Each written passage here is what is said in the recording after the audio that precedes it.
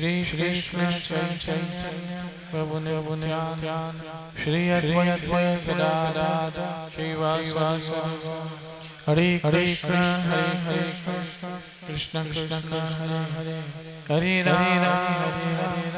राम राम नारायणं नमस्कृत्य नरं चैव नरोत्तमं देवीं सरस्वतीं व्यासं ततो जयमुदीरयेत्।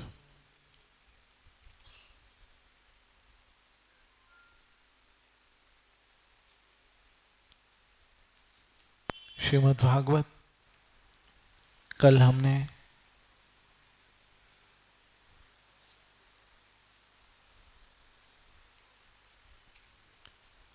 ध्रुव महाराज के परम पवित्र चरित्र का वर्णन किया। कल भागवत की कथा समाप्त हुई। आज हम महाराजा अम्बरीश के जीवन चरित्र को आज हम पढ़ते हैं।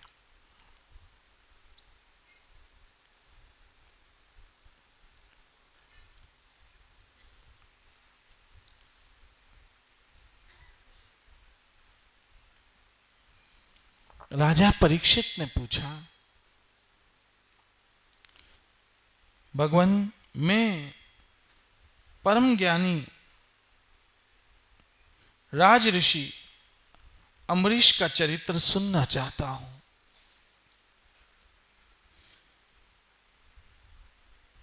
ब्राह्मण ने क्रोधित होकर उन्हें ऐसा दंड दिया जो किसी प्रकार टाला नहीं जा सकता था, परंतु वो भी उनका कुछ बिगाड़ न सका।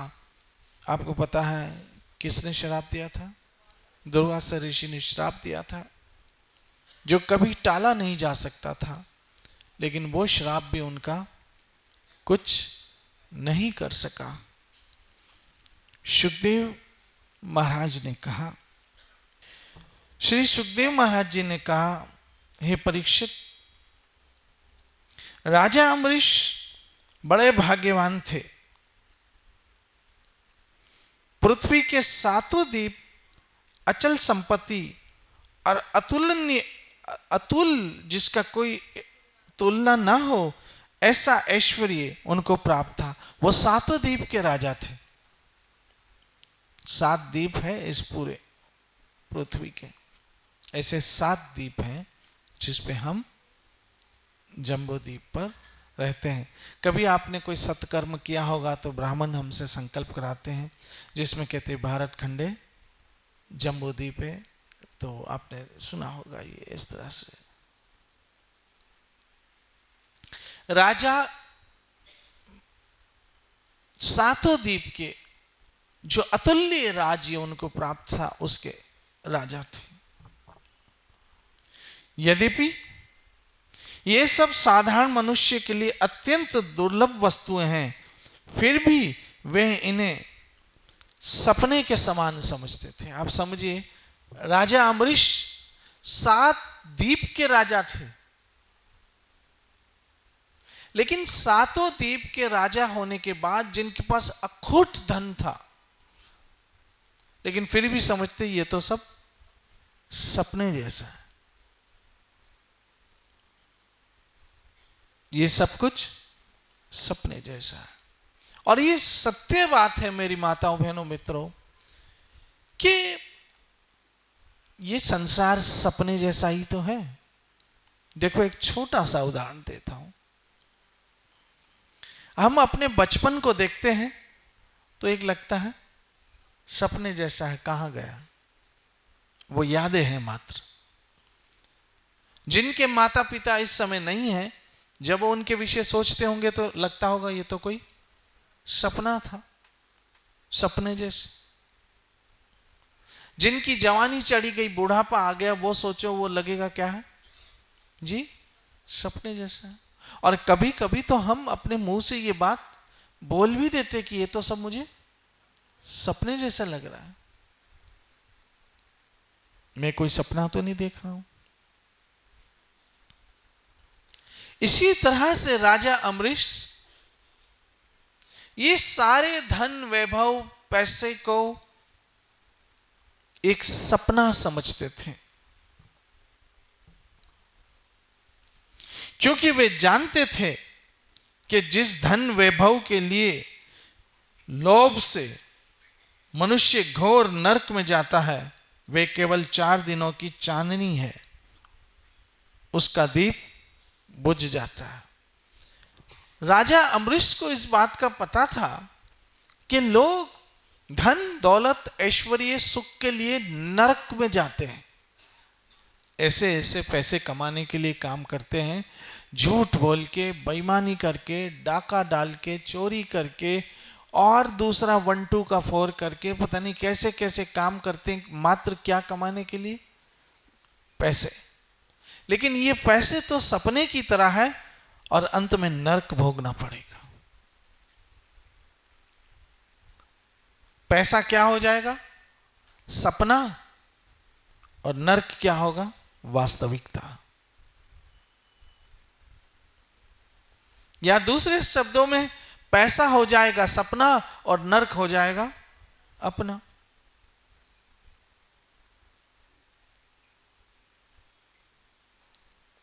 इसलिए राजा अम्बरीश इस चीज को समझते थे कि ये मात्र सपने जैसा है, इस पे मन लगाने की आवश्यकता नहीं है।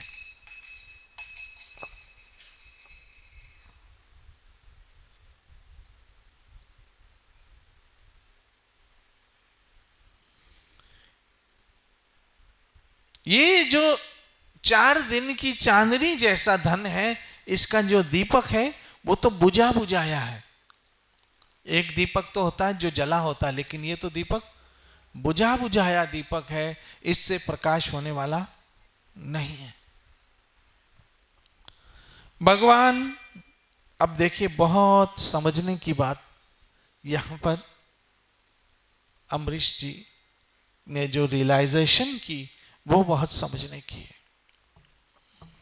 भगवान श्री कृष्ण में और उनके प्रेमी साधुओं में उनका प्रेम परम प्रेम था, इसलिए वो मात्र भगवान श्री कृष्ण से प्रेम करते थे और उनके भक्तों से प्रेम करते थे।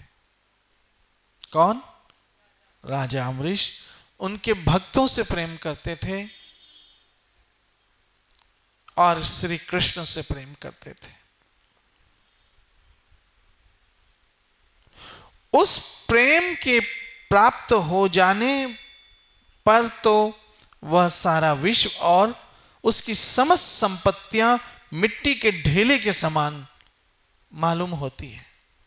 बहनों माताओं, यहां भागवत में लिखा है कि जब कृष्ण प्रेम मिल जाता है, जो सबसे बड़ा धन है। आपने सुना नहीं, ये प्रेम रतन धन पायो। ये जब धन मिल गया तो संसार का धन सारा मिट्टी के ढेले जैसा लगता है। जब मनुष्यों को कृष्ण प्रेम मिलता है, तो जब कृष्ण भजन मिलता है, हरे कृष्ण कृष्ण कृष्ण हरे हरे, उन्होंने अपने मन को श्री कृष्ण चंद्र के चरणारविंद में, युगल चरणों में, अपनी वाणी को भगवान गुण गाने में, अब देखो उन्होंने क्या क्या किया, ये समझो। उन्होंने अपने मन को कहां लगाया? भगवान के श्री चरणों में, युगल चरणों में, दोनों चरणों में अपने मन को कृष्ण के चरणों में लगाया। अपनी वाणी को, अपनी जबान को कृष्ण के गुण गाने में लगाया। अच्छा, हम राजा अम्बरीश जैसे बन तो नहीं सकते, लेकिन थोड़ा तो इनके रास्ते पे चल सकते हैं, और मैं नहीं समझता हूं कि कोई मुश्किल काम है। क्योंकि देखो समझो, अगर यहां भागवत में कहते कि उन्होंने अपने सारे धन को भगवान की सेवा में लगाया, तो शायद वो हम न कर सके, क्योंकि हमारे पास इतना धन नहीं है, और जो धन है वो जरूरतों के अनुसार है। जीवन के निर्वाह के लिए, तो हम वो न कर सके, लेकिन अपने मन को तो लगा सकते हैं। इसमें तो कोई खर्चा नहीं। अपनी वाणी को तो लगा सकते हैं, अपनी जबान को तो लगा सकते हैं, इसमें भी कोई खर्चा नहीं है। अपनी जबान से हम श्री कृष्ण के गुण गा सकते हैं, अपनी जबान से हम श्री कृष्ण का भजन कर सकते हैं। हरे कृष्ण कृष्ण कृष्ण हरे हरे, हरे राम राम राम, ऐसे हम भजन गा सकते हैं।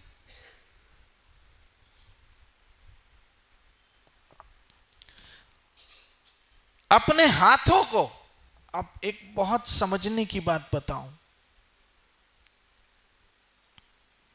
ये टेक्निकली बात है जो बहुत सरल है। अपने हाथों को भगवान श्री कृष्ण के मंदिर की सफाई में लगाया। हाँ, अगर ये लिखा होता कि अपने हाथों से भगवान श्री कृष्ण की मूर्ति की सेवा की, तो आप कहेंगे हम तो सब आल्टर में जा नहीं सकते।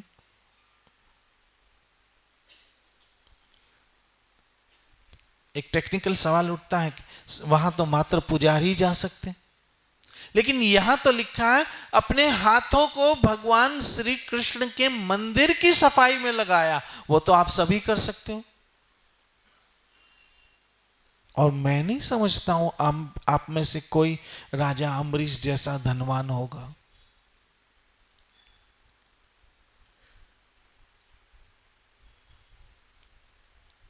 कोई राजा अम्बरीश जैसा सुंदर होगा, कोई राजा अम्बरीश जैसा वैभवशाली होगा,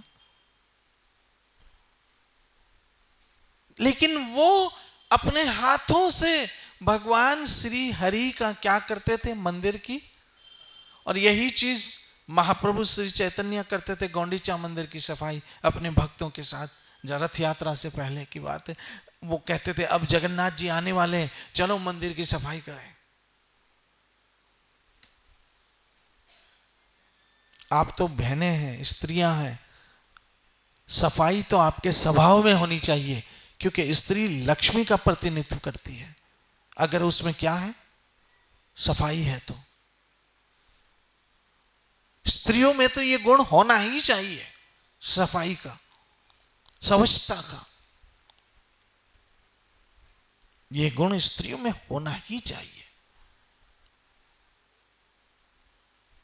चलो इस विषय पे कभी और बात करेंगे, लेकिन मैं क्या करूं, विषय से विषय निकलता है तो उस समय बोलना पड़ता, बाद में भूल जाता हूं।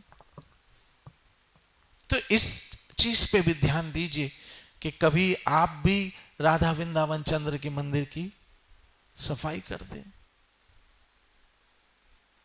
कभी झाड़ू मार दे, कभी कपड़ा मार दे, कभी धुलाई करते, कभी जाले गिरा दे, कभी धूल मट्टी साफ करते, कभी ग्रिल साफ करते, कभी क्या साफ करते।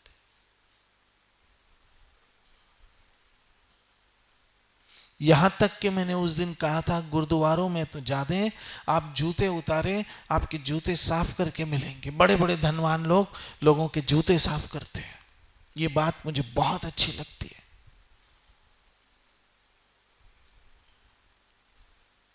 श्री राधे।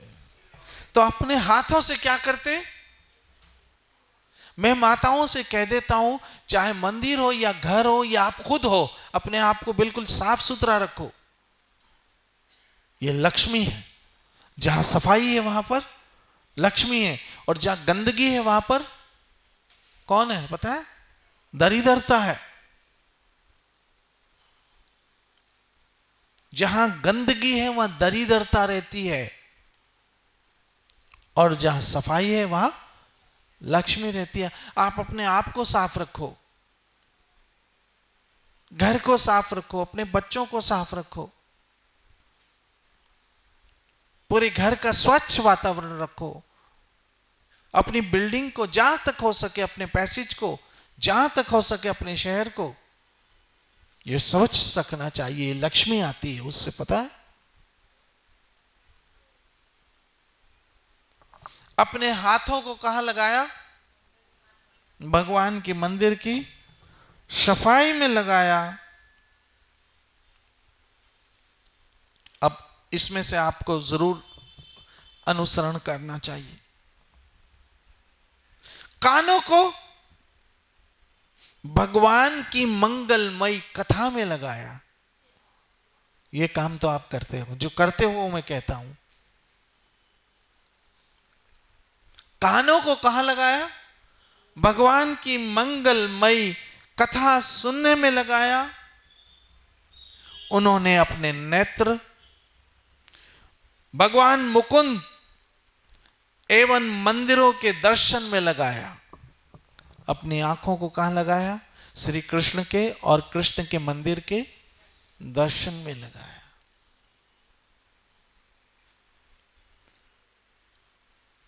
अंग संग भगवत भक्तों के शरीर स्पर्श और अपना शरीर, जो अंग संग है वो भगवान के भक्तों के शरीर को स्पर्श, उनके चरणों को स्पर्श करने में। क्योंकि भगवान के भक्तों का शरीर भी चलता फिरता मंदिर होता है। इसलिए जहां पर मंदिरों में कहीं परिक्रमा की जगह नहीं होती है तो फिर अपने गुरु को ही परिक्रमा कर लेते हैं। क्योंकि हमारे गुरु या जो भगवान के भक्त हैं वो भगवान का चलता फिरता क्या है? मंदिर है। वैष्णव भगवान का चलता फिरता एक मंदिर होता है। इस पे मैंने बहुत सालों पहले एक प्रवचन दिया था। नासिका को, अपनी नाक को भगवान श्री हरि के चरण कमलों पे चढ़ी हुई श्रीमती तुलसी की दिव्य सुगंध, जो भी भगवान के चरणों में तुलसी अर्पण की जाती है उनको सूंघने में लगाया। और ये बड़ा पुण्य का काम है। भगवान के चरणों में जो तुलसी होती है, भगवान के चरणों में जो फूल होते हैं, भगवान को जो अगरबत्ती धूप अर्पण की जाती है उसकी सुगंध लीजिए आप। वो तुलसी को सूंघिए और फिर चाहे तो उसे प्रसाद रूप में ग्रहण कर सकते हैं, लेकिन चबा के नहीं, निगल कर पानी के साथ। अपनी जीभ को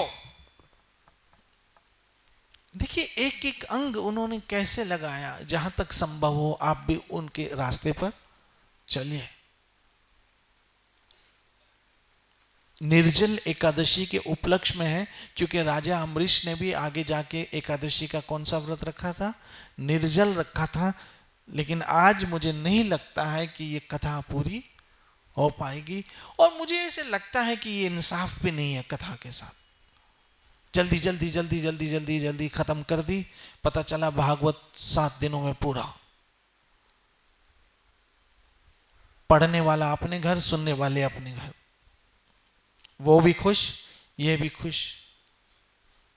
लेकिन वास्तविक में जिस तरह से भोजन को चबा चबा के खाना चाहिए तो पाचन शक्ति ठीक होती है, इसी तरह की कथा को चबा चबा के सुनना चाहिए ताकि ज्ञान पचे,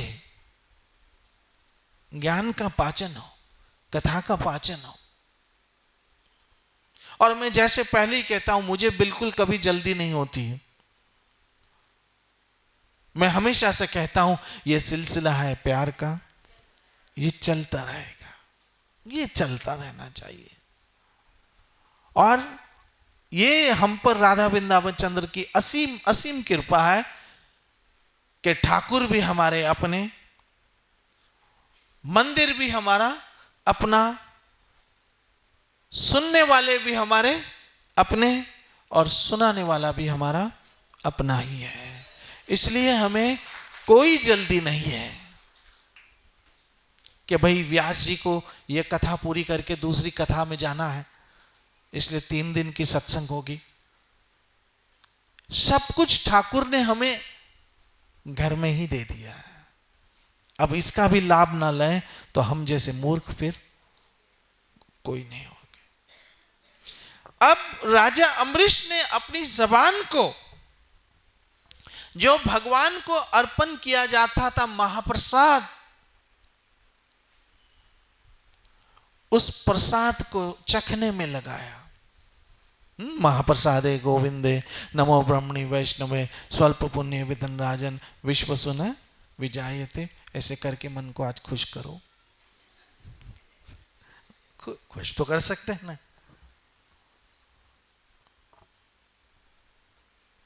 तो भगवान के प्रसाद को चखने में लगाया अपनी जबान को, और अपने मुंह को किस में लगाया? अपनी वाणी को किस में लगाया? वाणी को, अपनी जबान को, अपने शब्दों को किस में लगाया? कृष्ण की महिमा करने में। आप भी लगाइए। जब जहां कोई मिले आप कृष्ण की महिमा सुनाइए उनको। जब जब कोई मिले उसे कृष्ण के विषय बताइए। अपनी जबान को किस में लगाया? भगवान के प्रसाद चखने में लगाया। अम्बरीश जी के पैर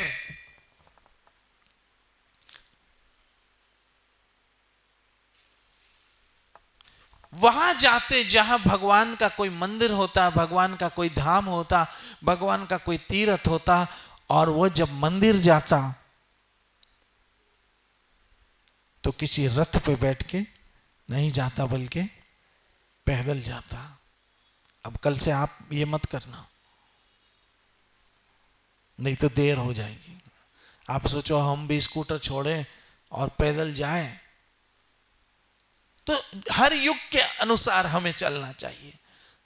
तो कहने का अर्थ यह है कि पैदल चाहे गाड़ी में जाए, मोटर में जाए, हवाई जहाज में जाए, उस जगह जाना जहां श्री हरि का वास हो, जहां मंदिर हो, जहां तीर्थ हो, जहां धाम हो। मेरे कहने का तात्पर्य यह है।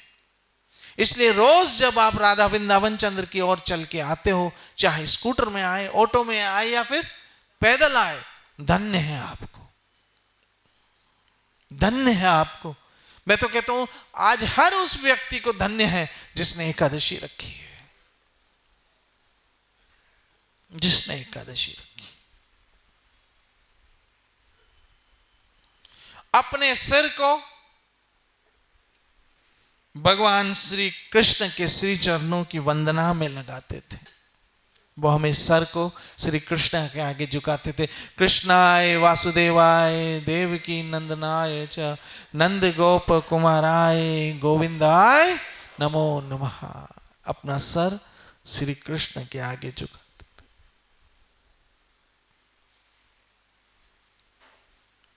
राजा अम्बरीश ने माला, चंदन आदि भोग सामग्री को भगवान की सेवा में अर्पित कर दिया था, और वो भगवान को चंदन अर्पण करते, फूलों की माला अर्पण करते। कितना अच्छा जीवन है ना। सुबह उठे, राधा वृंदावन चंद्र की मंगल आरती में दर्शन करें, फिर जाकर उनका प्रसाद पकाए।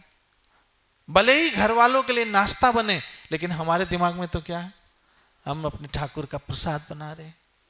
फिर थोड़ी सेवा कर ली, फिर थोड़े शास्त्रों का पाठ कर लिया, फिर भजन कर लिया, हरे कृष्ण कृष्ण कृष्ण हरे हरे राम।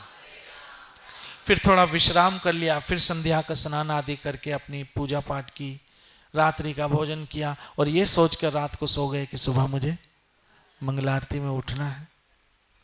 ये सोच के सोना भी आपकी सेवा है। क्योंकि आप क्यों सो रहे हो? कि आपको सुबह भगवान के दर्शन में उठना है। तो कृष्ण के लिए उठना है, ये सोच के सोना भी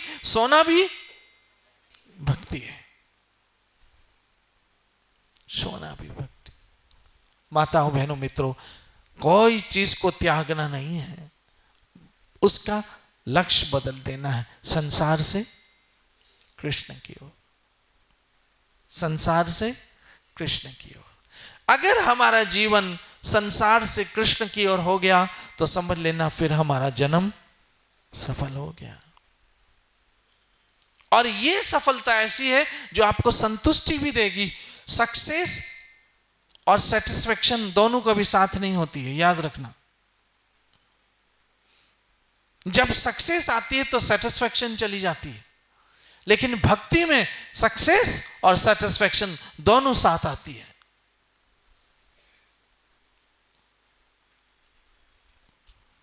आप कृष्ण पे भरोसा कीजिए।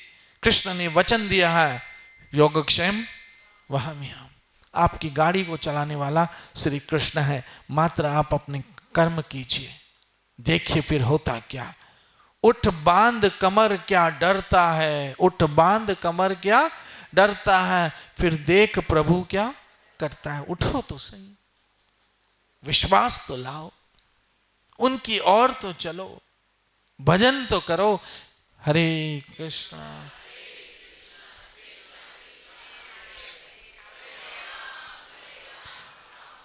वो भगवान की सेवा में समर्पित क्या दिया था, भोगने की इच्छा से नहीं, बल्कि भगवान को खुश करने की इच्छा से। भगवान प्रेम प्राप्त हो, इसके लिए वो भगवान को ये सब चीजें अर्पण करते थे।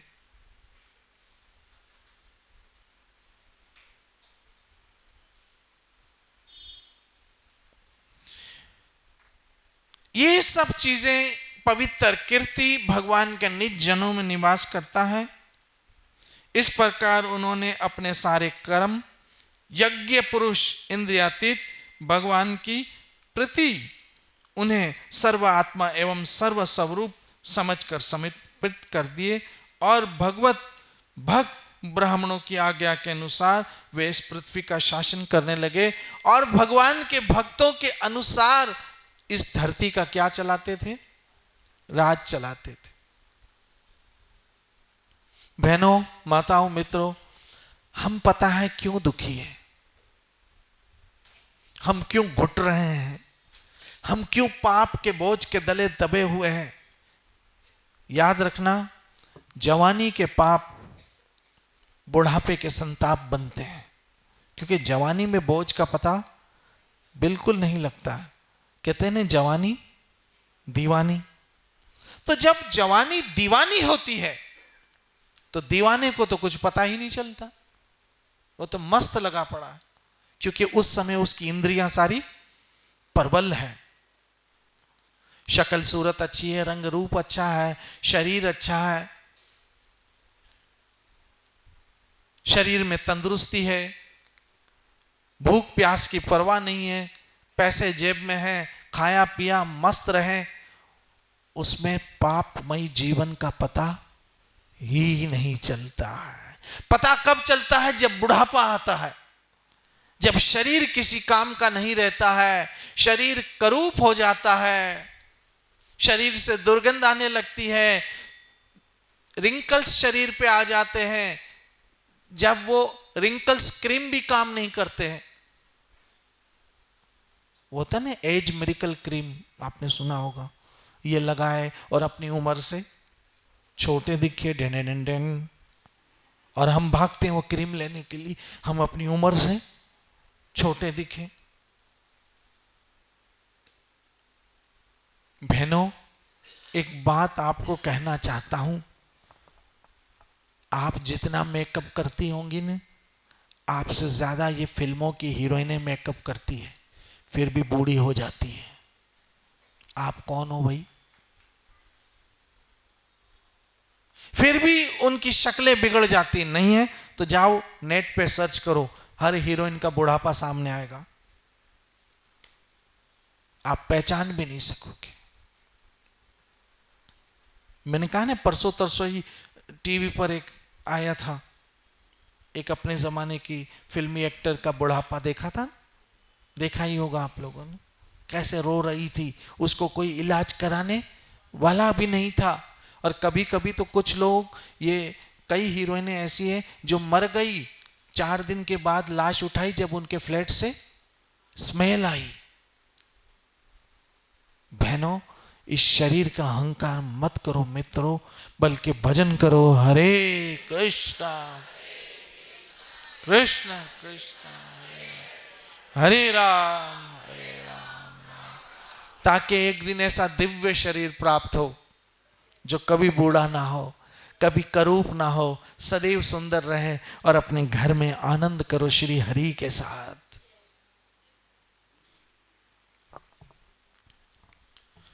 हम क्यों दुखी हैं कि हम अपना जीवन भगवान की इच्छा के अनुसार नहीं चलाते हैं। हम अपने मन की इच्छा के अनुसार चलाते हैं और मन तो पाप करने को तैयार है। मन पाप करने को तैयार है, मन जाप करने को तैयार नहीं है। मन पाप भी करने को तैयार है, मन जाप भी करने को तैयार है, लेकिन मन जाप करने को तैयार नहीं। सब पढ़ने के बाद अच्छी नौकरी चाहते हैं, अच्छी जॉब चाहते हैं, लेकिन जाप करने को तैयार नहीं है। हरे कृष्ण कृष्ण कृष्ण हरे हरे राम। आज से संकल्प करो कि थोड़ा बहुत हरि नाम का जप करोगे। हरे कृष्ण कृष्ण कृष्ण हरे हरे।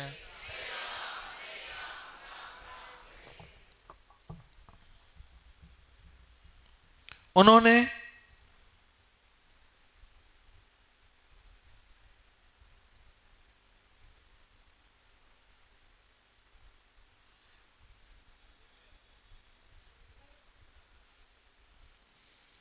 बहुत सारे पुण्य के।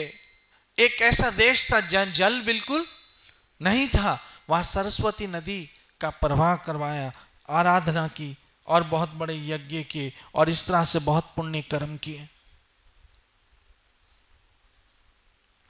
अब आगे क्या होता है, आज मैं कथा चाहूं तो 2 मिनट में पूरी कर दूं, लेकिन इसका आनंद हम आहिस्ता आहिस्ता लेंगे। बहनों माताओं मित्रों, ये 2-3 दिन तक तो मुझे उम्मीद है, ये निर्जल एकादशी में जो राजा अम्बरीश ने रखा था व्रत, उसकी अद्भुत कथा मैं आगे जाके आपको भागवत के अनुसार सुनाऊंगा।